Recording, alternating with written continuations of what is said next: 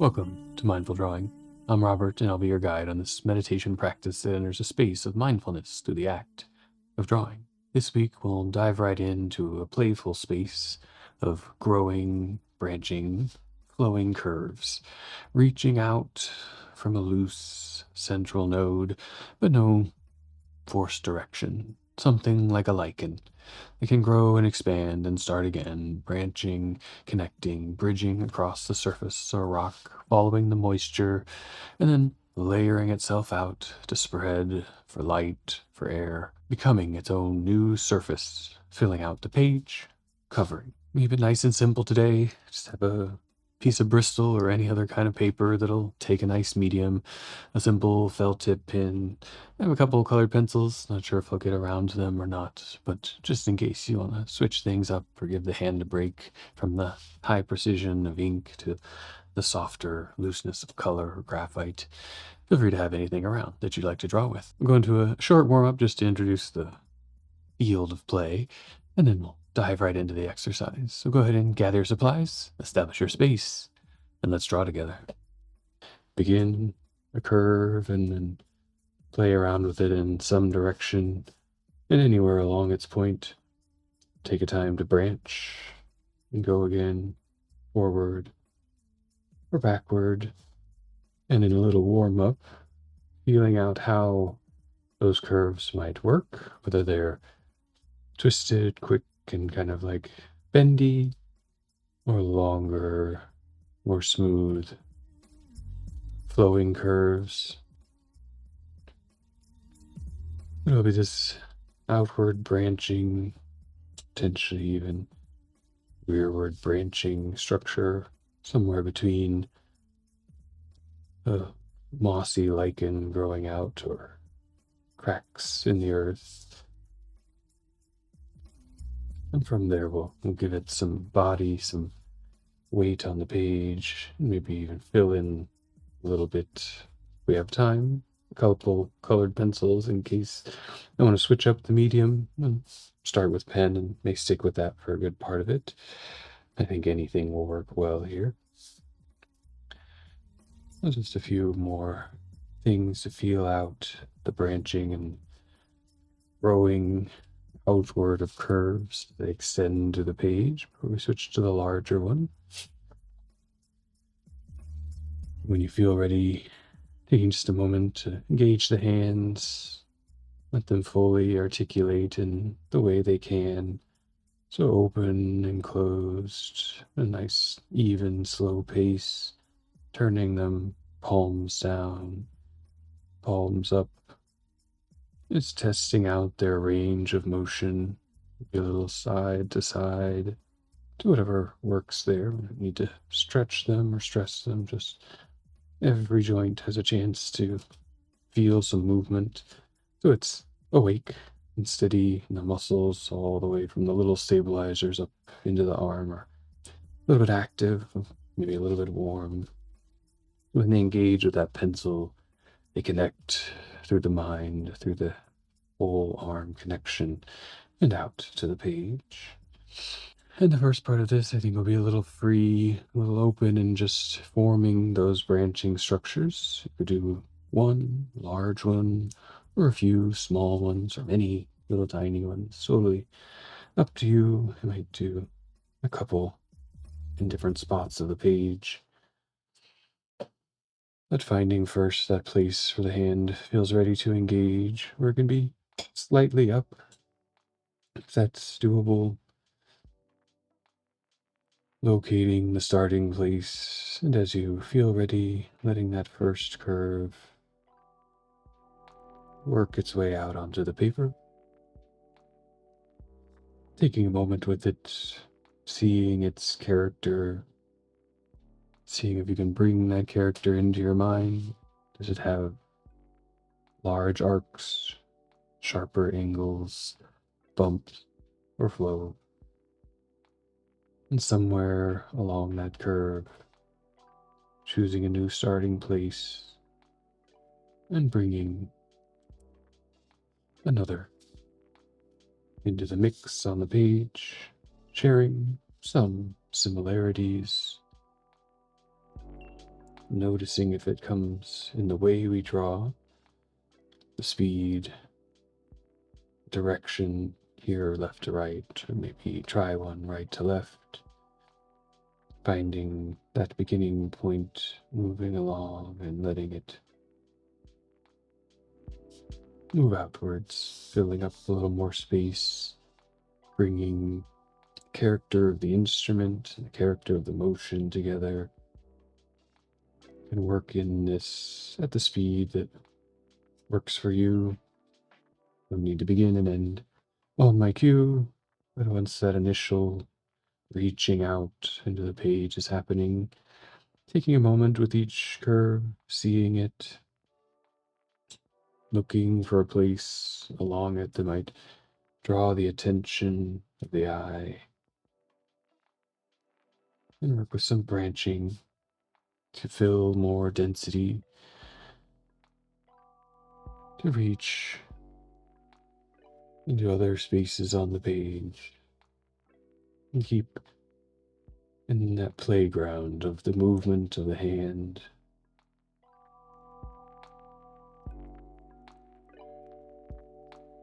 Each growth, a unique moment, each extension out, dividing loosely the page, providing its own relationship to its parents, to its neighbors.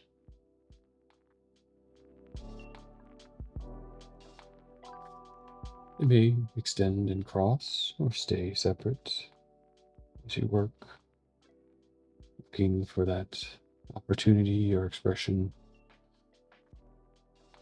We're building up a little density, one playful, nice curve at a time.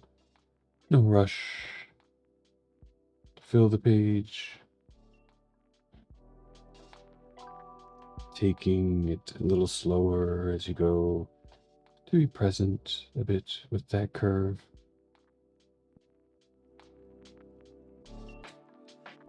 Taking the time to look at what forms around them.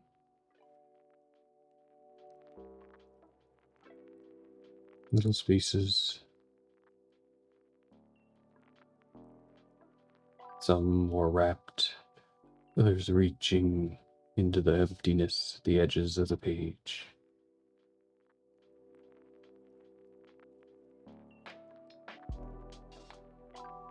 Our imaginary little lichen or plant doesn't need to follow any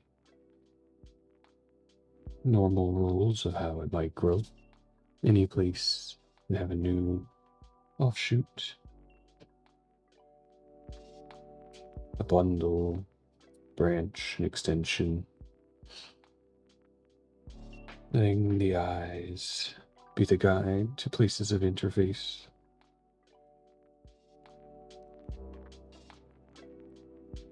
Letting the hand express through its motion, through its engagement in the different locations on the paper, through the play of curves, through the increasingly varied and complex spaces.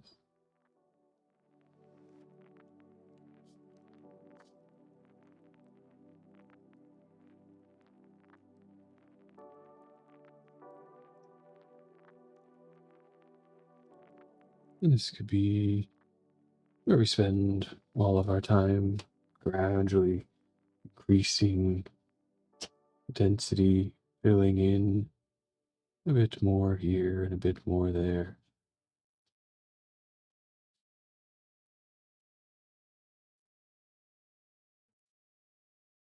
Maybe feel that you're having some fun in that space, the hand just playing along all these reaching, extending, growing vines. Feel free to stay there.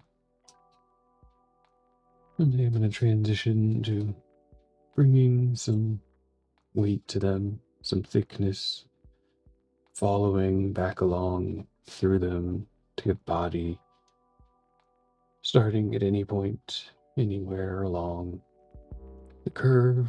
We can use this to now observe the breath as we draw. just slightly offset, close to a curve. Begin tracing along a trajectory. But feel free to continue the play. Maybe a little wiggle, a little exaggeration of curves, a little flourish as you reach out to the end of lines. Just giving each one of these curves a thickness. There's a trajectory that might hold a little membrane or material around it.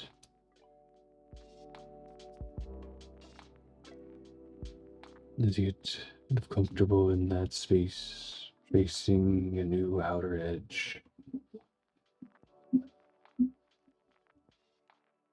It's okay if you have to pick up the pen or pencil every once in a while to readjust. A lot of variation going on here, a lot of change in direction.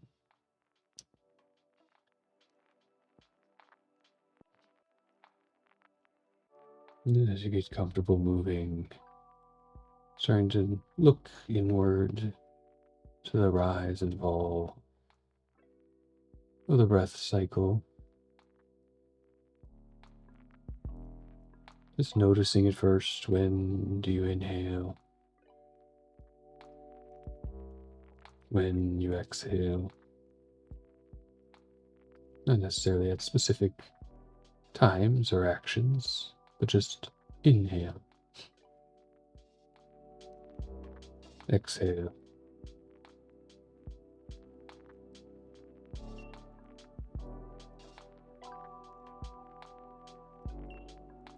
Inhale. Exhale. Counting without numbers.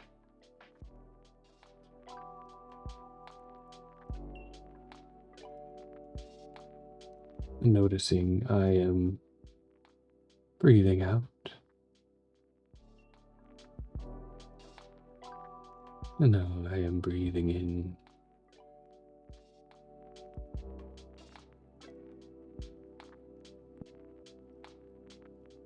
At whatever pace is coming naturally to you.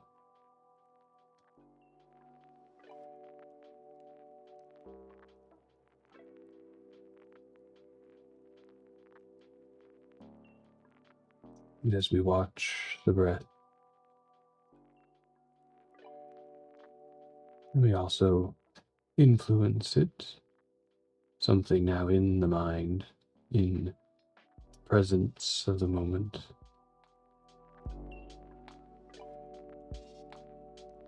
Breathing in, breathing out. Gradually syncing up with it in our thinking, our movement.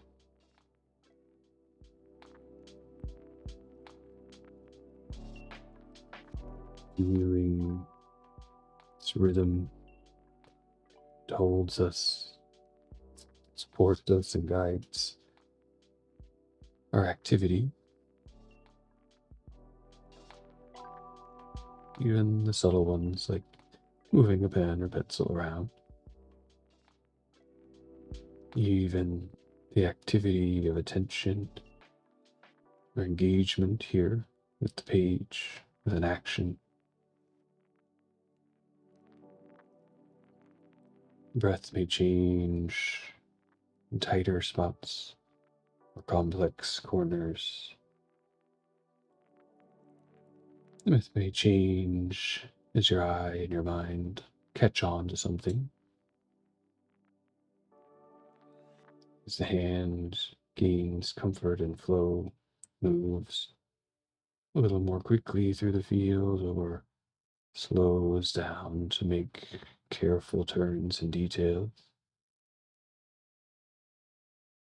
Mapping out the complexity of that initial playful interface and expression.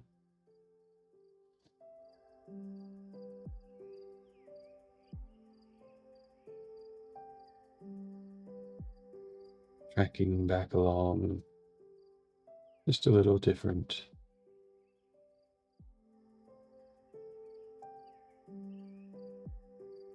beginning to slow the breath just a small amount, feeling the boundaries of that inhalation and exhalation. When you reach the full breath in, sipping just a tad more.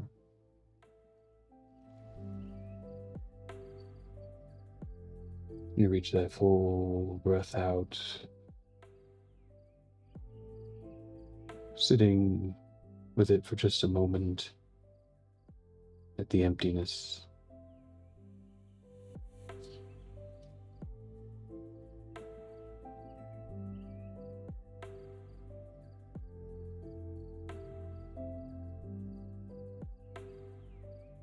Taking a minute or two of silence while you work through the field. Just to breathe and move. You complete a pass around all of the little vines. You can go out another layer, begin again. Maybe a lighter, more playful offset, reaching further out.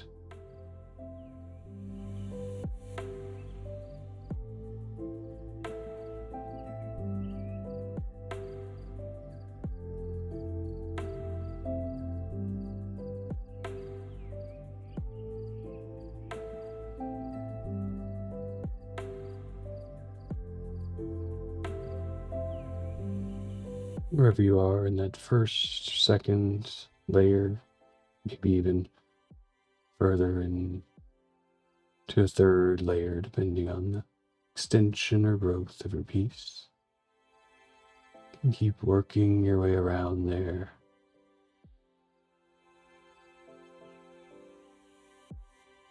Negotiating the unexpected moments when one thing has to slip behind something else.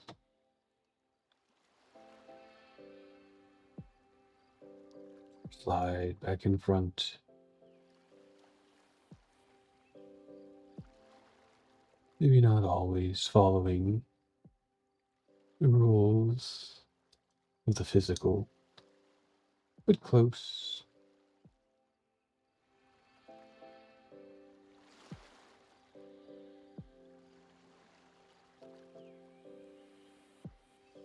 Letting our eyes training on what we're used to seeing happen guide us a little bit. Letting what comes in the space fall into the background.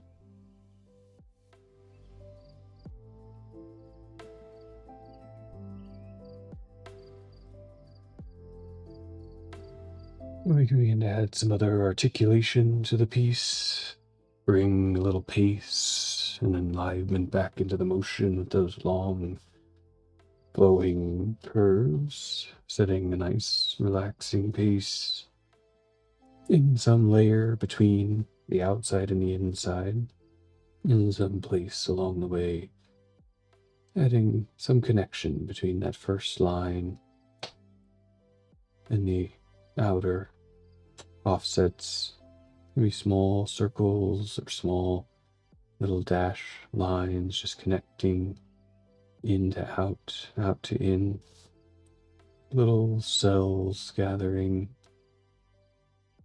in that space provided with a slight articulation, giving material to the contours. Moving at a little quicker pace, doing little circles, but not too worried if they come out as perfect circles, or if they overlap a little or break some of the boundary, keeping them kind of close, but at a generally smooth, quick pace. Adds a little jitter to these clean, inky lines. Disrupts a little bit of the unnatural smoothness a little bumpiness coming together. And the hand negotiating the wobbles, ins and outs, a little bigger, a little smaller, gradual changes in the space. As you get set up with that motion, circle or line, little arc, something to fill some of that in between. The hand moves quick, the mind gets a little out of the way. Let it drift to other attentions. Not so much where the next shape or line goes, the hand will take care of that. But a scan through the rest of the body. Start perhaps with the eyes. For me, their presence at this focus distance, shifting from the big to the small, puts a little strain on my eyes. I notice them wanting to drift from focus to just blur into that repeated motion.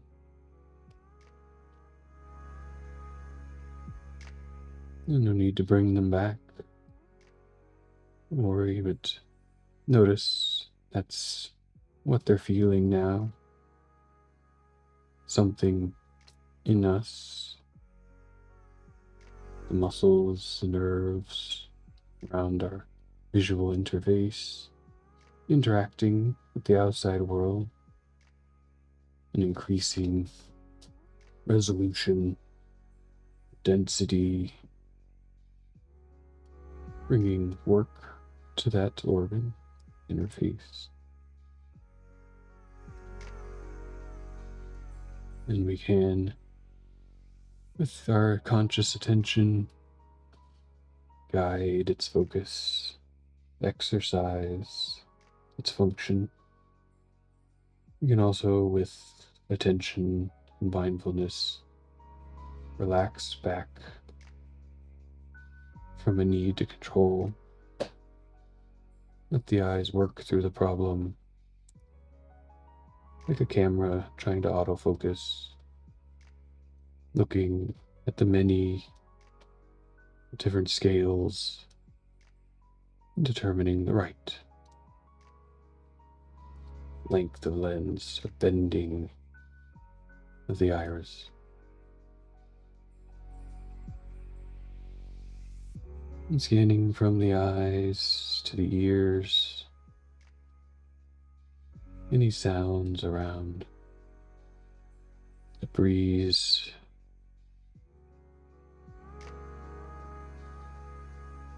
light, traffic,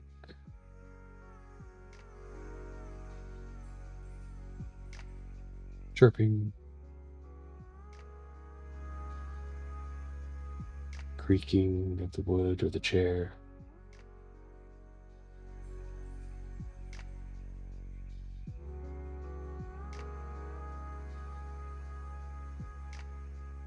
Someone else nearby, engaging their day in activity.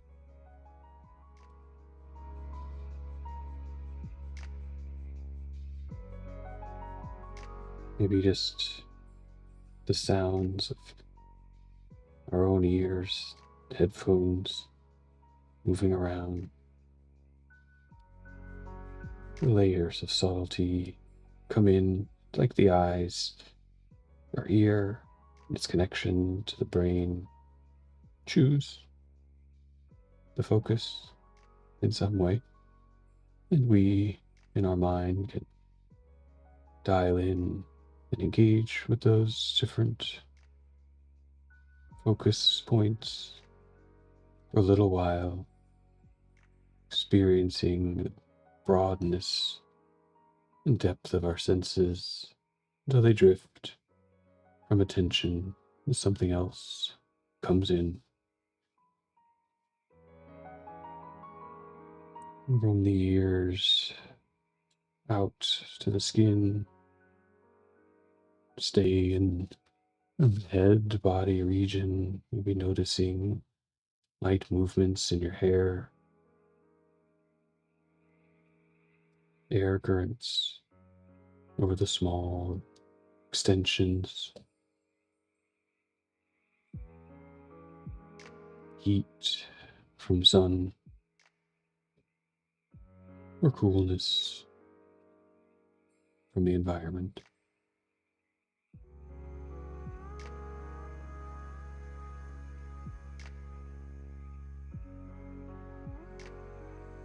You may feel the slight movement of clothing as your arm repositions, adjusts, moves along the paper.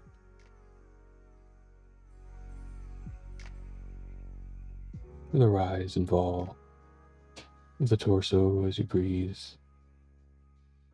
with the repetitive action of filling in some space between, bringing thickness and material to the immaterial curves, gradually building growth layer by layer, line by line. And all those senses connect us between our inside world, perception, and the outside world, our environment, our surroundings. We can move back from that focus, tight connection of the drawing to a broader spectrum of what's around us. Maybe by taking the next few marks, whatever they may be, going just a bit slower, just a bit more openness to the attention between action on the page and your place around you, all of the vision, hearing, touch sensations coming together. And that slowing down, each mark just a little slower than the one before until you can't draw the next one, the movement slowed to a stop.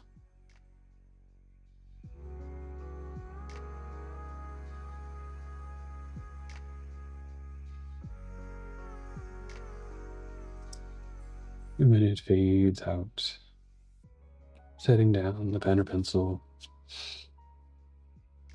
just giving yourself a couple space of breaths to let all that reintegrate, come back, reclose the eyes, pinch them a bit tight so they reflex, renormalize with a bath of fluid, and then open them up around, blink a few times to let them re-engage, far focus from the near focus.